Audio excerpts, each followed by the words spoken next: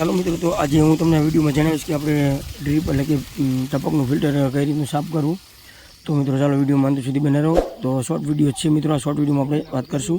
મિત્રો આ રીતનું ફિલ્ટર એકદમ કાઢી લેવાનું અને પછી ફિલ્ટર કાઢી અને આ જે ઉપર જે 4 આંકાવાળી ફૂદડી રહી એ ફૂદડીને ઉખાડી નાખવાની. તમે જોઈ શકો છો કે કેટલી રેતું બાજુમાં ચોટેલી છે. આ રીતની ફૂદડી ઉખાડી નાખવાની.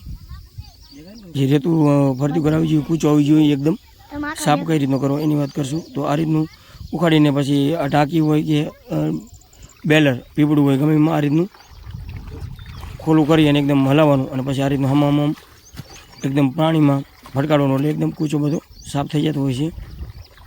જો આ રીતનું આગલી ફૂદડી ઉખાડી નાખવાની 3 થી 4 આંગર એટલે એકદમ ખોલું થઈ જાય છે.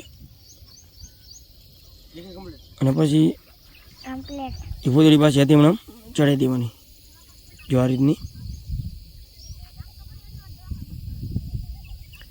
પછી આ રીતની ફૂદડી ચડાવી અને પાછું હતું હમણાં ચડાવી દેવાનું. જે નીચે રીંગ આવે મિત્રો એ રીંગ પર હું તમને દેખાડું.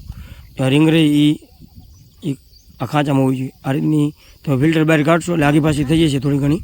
આ રીતની આમ આગી થઈ જાય પછી એ ખાંચામાં પાછી બેવરાઈ દેવાની. આ રીતની વ્યવસ્થિત ખાંચામાં બેવરાઈ અને પછી આ રીતની ફિલ્ટરને એકદમ ઉપરથી આમ ધક્કો દઈ દેવાનો જોરથી. એટલે જે નીટલું ફિલ્ટરનું જે આખું ખાનું હોય એ બરાબર થઈ જાય એટલે એકદમ ફિટિંગ થઈ જતું હોય છે. અને પછી આ રીતનું ફિટિંગ કરી અને પછી માથે આ રીતનું ખાનું બેવડીને પછી સાપડો ફિટ કરી દેવાનો મિત્રો. અને આ રીતનો સાપડો ફિટ કરી અને આ રીતનું સાપડો ઘોડો પાડી દેવાનો એટલે એકદમ ફિટ થઈ જાય. વેટ લેવલ આપણે બંધ કરેલું હોય ચાલુ કરી દેવાનું એટલે પાણી ચાલુ થઈ જતું હોય છે. તો મિત્રો વિડીયો કેવો લાગ્યો કોમેન્ટમાં જરૂર જણાવજો. અને આવા જ અવનવો વિડીયો જોવા માટે અમારી કિસાન મિત્રો લીલાપુર ચેનલને લાઈક, શેર અને સબસ્ક્રાઈબ કરવાનું ભૂલતા નહીં. તો બસ આજે એટલું જ.